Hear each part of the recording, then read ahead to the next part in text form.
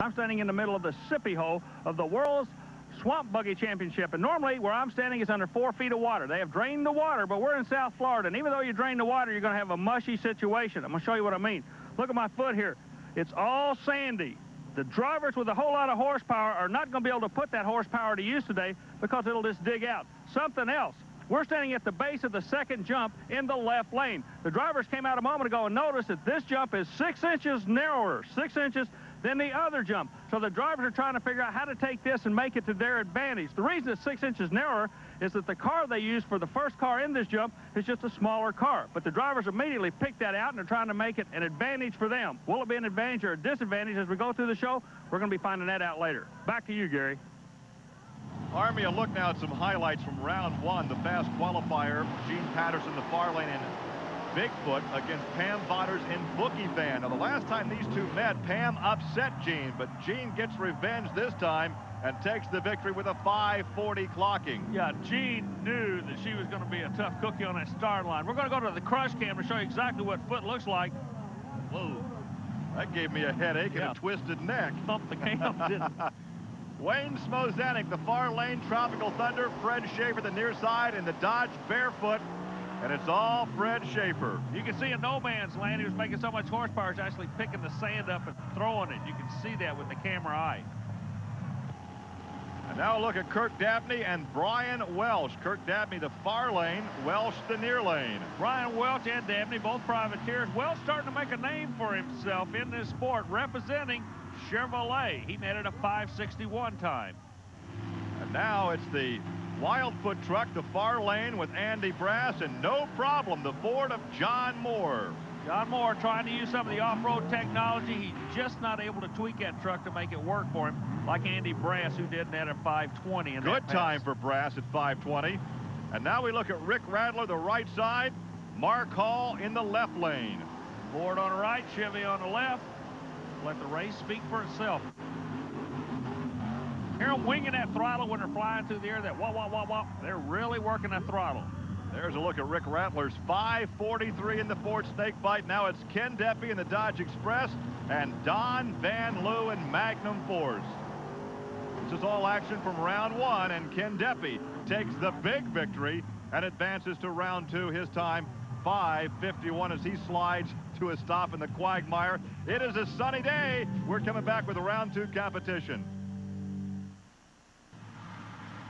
Welcome back to Florida Sports Park in Naples, where Ford Trucks present the PENDA four-wheel and off-road Jamboree Suncoast Nationals, a part of the B.F. Goodrich Performance Series. Gary Lee along with Army Armstrong. And as we take a look now at the round two matchups, Bigfoot against Barefoot, Wildfoot against Moving Violation, and the Snakebite Ford against the Dodge Express. One of the things we're keeping an eye on is the Ford camp comes out with Andy Brass, proven driver, proven combination, the computer team. He's out of St. Louis, Missouri, representing, you know, the Wildfoot truck. But he's going up against Brian Welch. Who's this kid? The Moving Violation truck. He's a privateer that represents a Chevy camp. So you got the Ford Chevrolet battle, but you also got another battle. Corporate America against a privateer. That's just the way the card's laid on this. It can be tough in all kinds of motorsports to go up against factory-back teams. And Wildfoot, the Ford of Andy Brass, takes the victory. Once again, the fast loser will advance, so we'll have to check the times of the losers. 5:36 for Brass. Now, we know that's going to pull him in, but what we can do is watch Welch. Now, let's see if that 5:53 is going to hold up. Interesting part of the track right here. The shutdown area presents some problems all its own. Well, it's a quagmire down there, and these guys are sliding to a stop under braking. There's the margin of victory for Wildfoot, but then it becomes exciting when they start sliding in the shutdown area. Yeah, the sand on the starting line, you can see the truck's really rooting the sand up. Andy Brass, only the third fast qualifier this afternoon, and Army, you're down there with Andy right now. Let's go trackside to Andy Brass. Andy, every time you go up against one of these new young guns, you know you got to have it on kill, don't you? That's right. You know, the Ford Wildfoot's been running good for us today. We was over there watching Brian's times. He turned out some good times. He put some new parts on his truck. He went with the Linko in the truck, and it's been helping out a whole lot, you know. We just been holding together with the C6s. They've been doing us a good job. The John Cosby built Ford Hemi we're running now is putting out some horsepower. We're able to hook it to the ground thanks to the Firestones. So the truck's been working good for us and it's doing good today. And a good interview gets all the sponsors Yeah, I was mentioned. going to say, he must practice in front of a mirror to do that. Fred Schaefer in Barefoot, the Dodge, and he will go up against Bigfoot, the Ford of Gene Patterson. Gene is the fast qualifier here this afternoon. Fifth best qualifier, Fred Schaefer. After round one, Army asked Fred about racing at this facility. Army, one of the problems down here is we can't get hooked up on the line. Everybody's times are pretty close down here, but everybody's having problems getting hooked up on the sand. We put a little more air in the tires and try and get the tire on top of the sand so we can get going. That's about it. In any kind of motorsport, you tweak the chassis, you make adjustments to the engine to adapt to the racing facility. Yeah, you adjusted the track. The track doesn't adjust to you. Horsepower in the mid-range, pulled it out for the Dodge. Now the shutout fun. Yeah, this is, once again, this is the mile of mud. This is where they run those swamp buggies here under a couple of feet of water. Yeah, they actually drained 4 feet of water out of here. And they say there's an alligator out here somewhere. That's the reason I'm standing up on the board. Well, this is Florida. There are plenty of alligators down here. But this facility is amazing. The only one I know of in the country. They provide these people of South Florida with all types of motorsporting events. This week, monster trucks. They got the swamp buggy races. We do mud racing in here, so fun place to be. Yeah, don't forget they run stock cars here as well, so a true multi-purpose facility. Well, now, Army, you have some thoughts on this next matchup featuring the snake bite with Rick Rattler and Dodge Express with Ken Deppy. Gary, I don't care what anybody says. Corporate America is involved in this sport. Right now, we've got a situation where Dodge just beat a Ford. Barefoot just put Bigfoot out. On the starting line, we've got another scenario where Dodge Express is going after the snake bite truck. Another Dodge Ford scenario. You win on Sunday, you sell on Monday. That's the bottom line. Let's see who's going into this next round. All right, will it be Dodge? Will it be Ford? And there is a look at Ken Deppy out of Jefferson City, Missouri in the Dodge Express. And he'll pull alongside Rick Rattler, Cobra Creek, Colorado, in snake bite. You'll notice that Deppy comes into this thing, and he'll do the dry hop to that Dodge, the vehicle closest to us. They find out that that makes that truck leave the line a little bit harder. The dry hop, in other words, false starting before the race where they can get everything ready to go. Meanwhile, the Colorado Ford, he just went to the line and waited. What a race. Whoa, who was it? Looked like Who was it?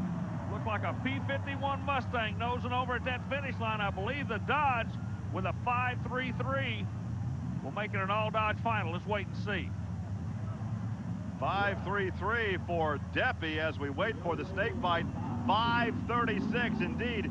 Deppy will advance. So it looks like Bigfoot is the fast loser. He will come back to comprise our 4-truck field for the semis with Barefoot, Bigfoot, Wildfoot, and the Dodge Express. And there is the margin of victory, just that close for Ken Deppy.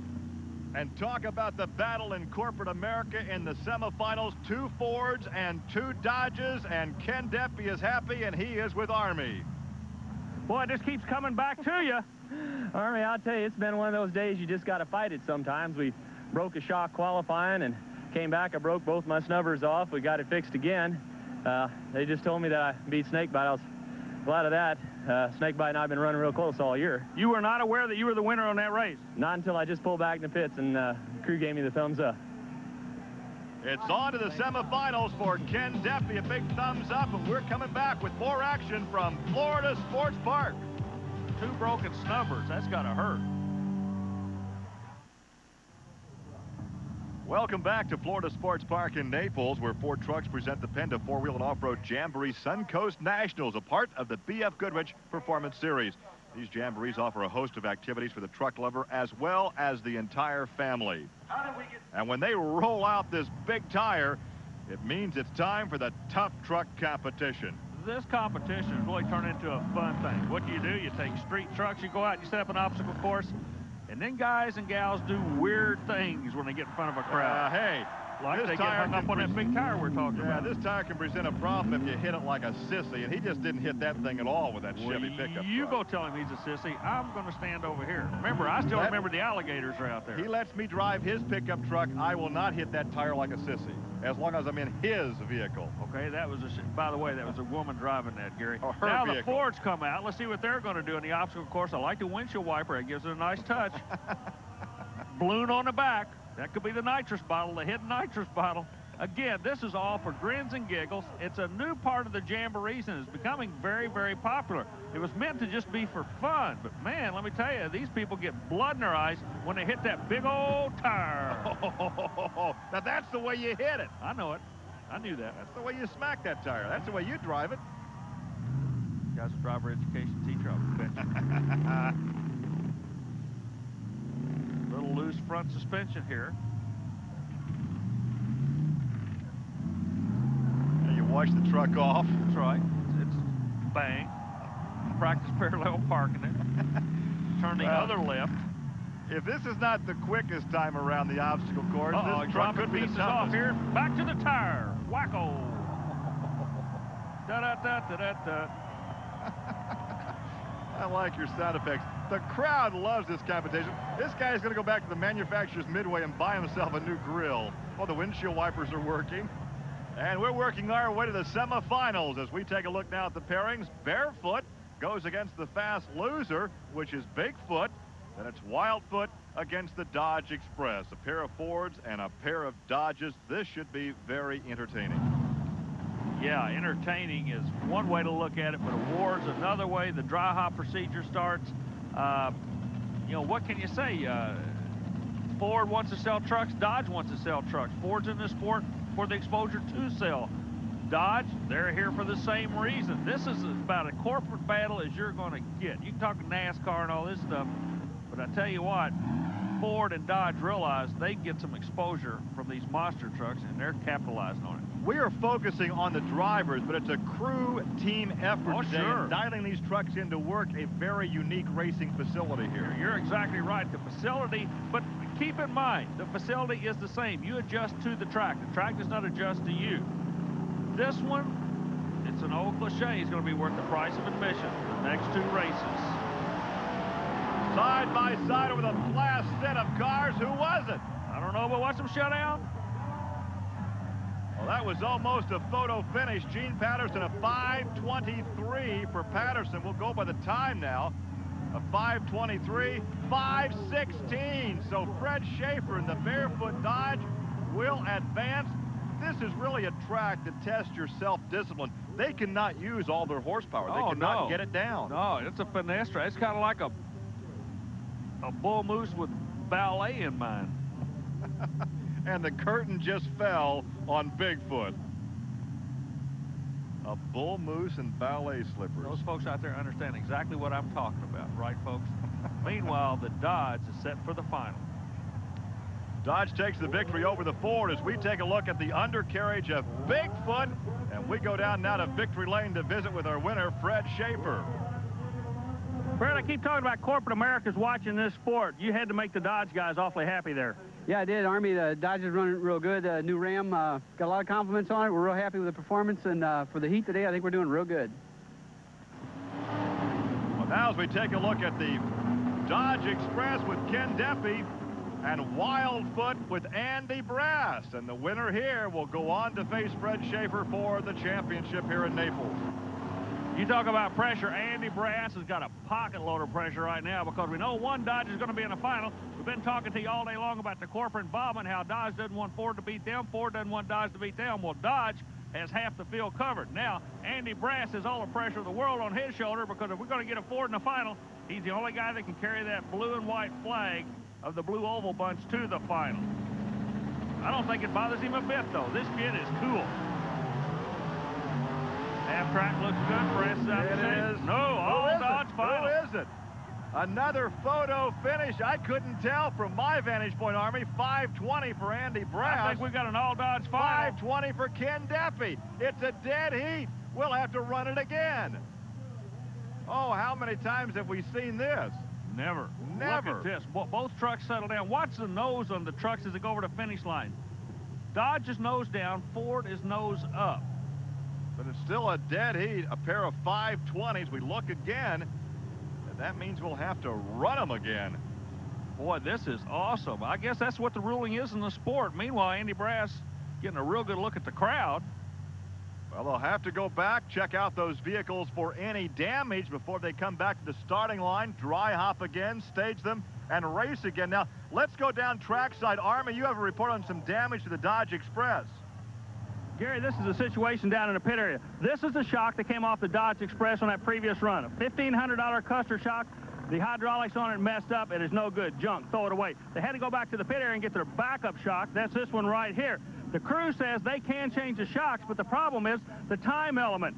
It takes about 15 minutes to change one of these Custer off-road shocks. They don't have 15 minutes. The word I'm getting is they're down to about 3 or 4 minutes before they get the call. Back to you, Gary. So as the work continues on the Dodge Express, Andy Brass waits patiently in Wildfoot to see if he'll have a chance for a rematch of that dead heat with the Dodge Express. We'll step aside while this gets sorted out.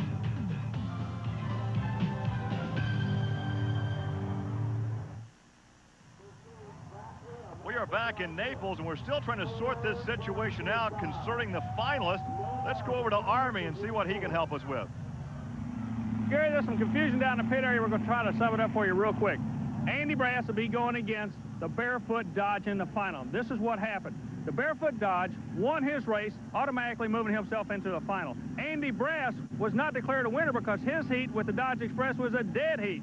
But the Dodge Express broke, could not make the time call. They allow you so much time to get your vehicle fixed. When he broke, he could not make the call. So what that does, it rolls Andy into the final. Andy Brass with Ford, Fred Schaefer for Dodge. This is final time. This is what this sport is all about. Gary? Bigfoot, Barefoot. There's a look at Fred Schaefer, and there's a look at Andy Brass. I don't know what to tell you about this one. Andy Brass, look for a rocket ride off the start line. Both these guys are going to go down through here like they're sitting on the nose cone of a heat-seeking missile. I guarantee you, you're going to see... Well, you're going to see two pros of the sport right here. You're going to see a clinic and how it's done on a very tacky track. And we keep bouncing back to this corporate involvement. Well, it doesn't get any more pressure on either driver now. Andy Brass doesn't have all the pressure. He's there. Now the pressure levels out. We got a level playing field, but we got a real sandy racetrack, and we're looking for one green light to tell us who's going to win it. Wheel stand down no man's land for Andy Brass, and it looks like Fred Schaefer has it. I believe he did. I think the Dodge took the win. A 5.33 for Schaefer could be the magic number. Now remember, Brass was quicker the last time at 5.20. He turns a 5.36, so it is Fred Schaefer in Barefoot. The fans seem to appreciate the outcome of this event this afternoon. One more look. Look at the margin of victory. Exactly, but watch the attitude of the trucks at the finish line. The Dodge nose down, the Ford nose up. That's the way they set these trucks up. The Dodges are set up to dive at the finish line. You watch this. Boom. Well, let's go down to victory lane and talk to Fred Schaefer.